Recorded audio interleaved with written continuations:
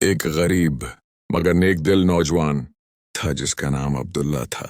اس کے والدین کا انتقال ہو چکا تھا اور وہ ایک چھوٹے سے کچے گھر میں رہتا تھا۔ اس کے پاس مال کم تھا مگر ایمان بہت مضبوط تھا۔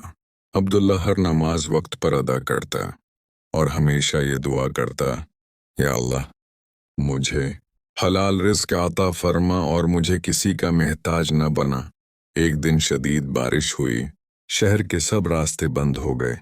لوگوں نے کہا آج کوئی کام نہیں ملے گا، گھر بیٹھ جاؤ۔ مگر عبداللہ نے کہا میرا رب میرے لیے کوئی نہ کوئی راستہ ضرور نکالے گا۔ وہ نکلا تو راستے میں ایک بوڑھا شخص ملا جو بارش میں پھنس گیا تھا۔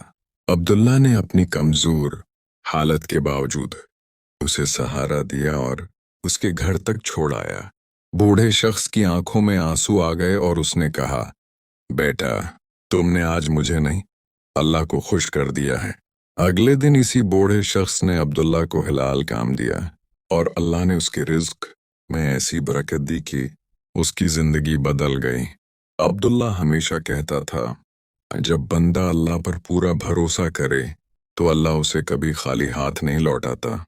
سبق: اللہ پر یقین کبھی ضائع نہیں جاتا، نیکی کبھی چھوٹی نہیں ہوتی، مدد کرنے والا خود مدد پا لیتا ہے۔